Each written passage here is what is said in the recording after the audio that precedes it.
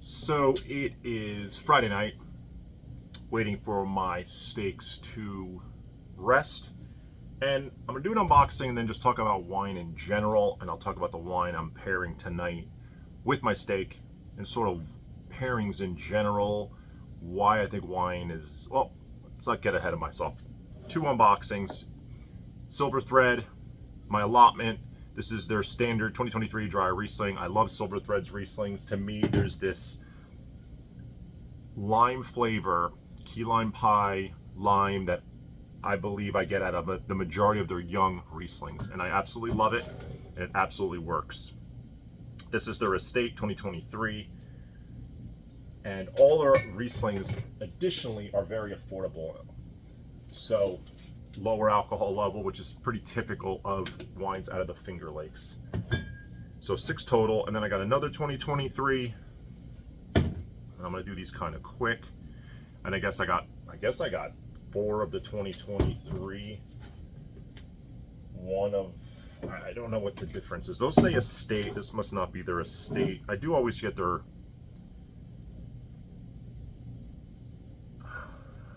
doesn't matter much. Regardless, 4 young Rieslings, very young. So they'll have that razor sharp acidity, very specific aromas and flavor compounds in a young Riesling, almost no matter where it's from.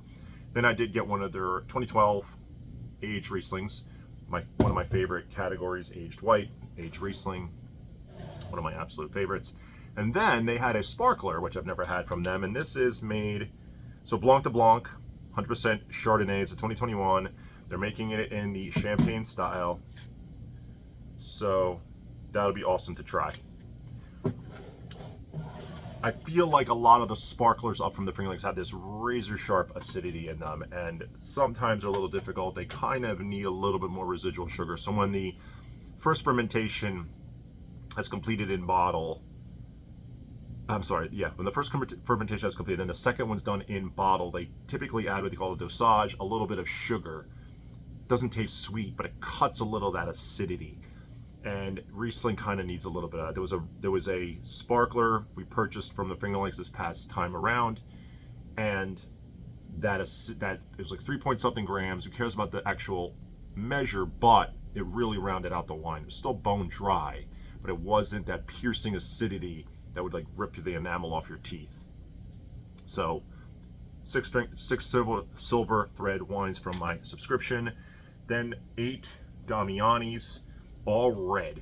So 2020 cab. This Damiani makes, I think, the best reds in the Finger Lakes, in the Banana Belt, and 2020 got 3 of these. They're amazing. The 2020 vintage out of that area in the Finger Lakes just made exceptional red wine that just rivals some amazing wines. That cab rivals things I've had out of California. Unfortunately, it's the same exact price too. It's in the 50s.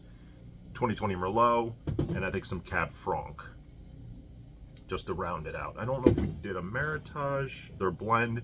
Meritage just meaning a blend of Bordeaux varietals, the 5 famous Bordeaux varietals, although there is a 6th, not often used anymore.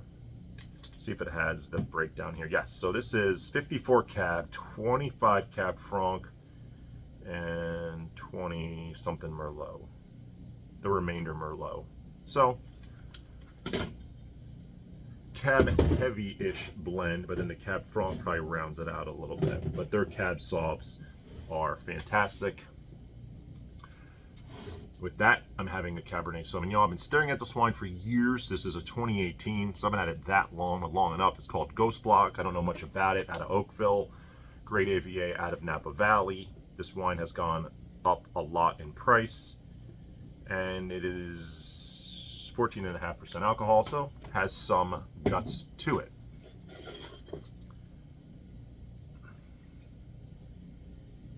Certainly smells like a big Napa Cab, which there's nothing wrong with that. When you drink a big Napa Cab, you kind of want the delicious factor. It's kind of why you're drinking it. There's a sensation sometimes of a sweetness, but it's not sweet, as in sugary sweet, but there's a sensation of it from just the ripeness and the alcohol.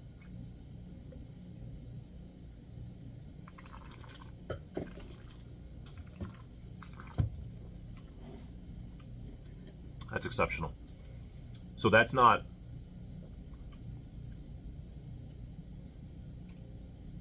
it's absolutely got this delicious factor. There's an unctuous flavor. There's blackberry, blueberry. Then there's some herbal component that's really nice. Tannins are silky. There's just not a lot of bite to it. It's aging very well. There's even a slightly, could be because I was just smoking charcoal searing off my steaks, and I'm getting a little bit of smoke, but that could be from that.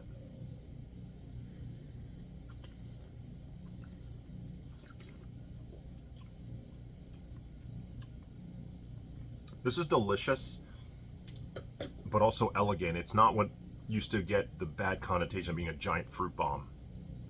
This has kind of got a great balance of a lot of flavors, so that's where complexity comes in. A lot of aromas, again, when people say complex.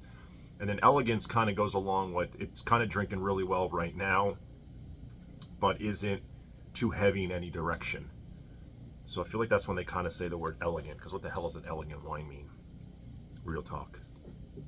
So what did I want to talk about wine in general? So I've got a few more minutes before these steaks are ready to be carved into. And I truly believe that wine is the best pairing for food. Not every type of food. I think with hot buffalo wings, you could do a wine.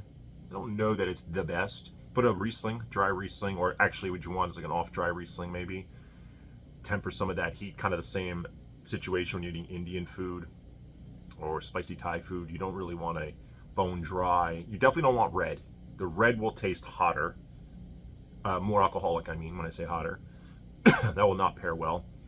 You kind of want something to temper the heat, so slightly off-dry, so tiny bit of sweetness, just a little bit, but acidity to cut through some of that heat of the cuisine.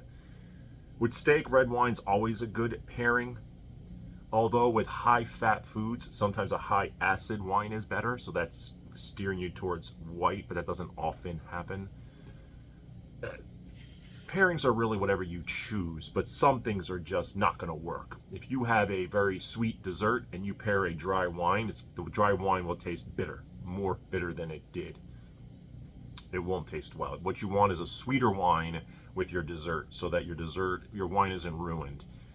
I typically steer away from sweet wines with dessert. If I just have dessert, I'll just have it on its own, maybe on the last few sips of the wine of the night, but it depends. So that's kind of a no-no there. With cheese, either or. Red goes great, white goes really well, surprisingly well, because there's fat in cheese and the acidity of the white cuts through the fat. But, you know, beer, I used to drink beer, don't drink much beer anymore, and it doesn't really pair with a steak. It doesn't really pair with fish. I guess it could, but it just lacks something to me. Plus, it's got carbonation. Not that I don't think champagne or sparkling wine pairs really well with food. It absolutely does. Going out for sushi tomorrow, sake, Riesling, white wines absolutely work with sushi. What doesn't really work is a big dark red. It might make the fish taste funny, but a Pinot Noir could work for sure. So with salmon, without a doubt. With some of the other fishes, I think Pinot Noir, a lighter Pinot Noir, not one that's over alcoholic, maybe lower alcohol, that could work with sushi, absolutely. So all that to say that I do believe wine is the best pairing with food. If you enjoy food and you want to enhance the flavor, pairing it with the appropriate wine, or a wine that you like that you think would go well with it, where it's not an absolute no-no, like I said, spicy food and a big dark red, it's not going to work. You could try it. It's not going to work. And see if it enhances the meal, or the wine, both, right? Salt will enhance the flavor of wine. So if you're eating I put a lot of salt on my steak, that salt will make this red wine taste better. So they kind of go hand in hand. They are complementing each other.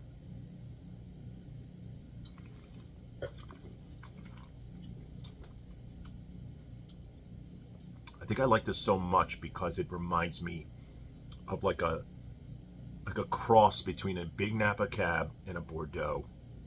because I'm starting to get a little of that scorched earth. That might have been that smoky flavor I was getting before. It's got this bit of scorched earth with the herbs, and then the dark fruits, the blackberry, the cassis, the blueberry. It's more blackberry and cassis now. The blueberry kind of faded away. That was just maybe on the initial taste. It's still decanting. I got half a bottle to decant, see how it evolves over the course of the evening. And I had another point and I forgot, but really it was about, oh, I think additionally, let's be real, that there is alcohol in these beverages. Alcohol has a far higher alcohol level than most beers, not every beer, but the majority of beers. We're not talking about a bourbon barrel aged stout that's 14 to 20% alcohol, which actually to me is, they never tasted that great. You could have a little bit of them, but they were very alcoholic, typically a bit too sweet for my palate. I did gravitate towards New England style IPAs. Those are very bitter. Certainly have a place with cuisine and that type of food. You know, a burger can go really well with red wine, but it's never been my preference. I always wanted like a beer with a burger. But because I don't drink beer, maybe a cider now, but now there's some gluten-free options out there that I might take a look at. But you could absolutely have a nice red wine with a burger, but to me it's not something I gravitate towards, but absolutely something you could do. What else? Oh, the alcohol. So I'm not talking about getting drunk here. We're talking about taking a little of that edge off, and then the alcohol kicks in a little bit, changes your mood, hopefully for the better. Hopefully you're in the right place, that alcohol, that pairing, that meal, maybe you're with friends, maybe you're just at home. It'll enhance what you're dealing with at that moment and make you hungrier and make the food taste better, and vice versa. So there is that too.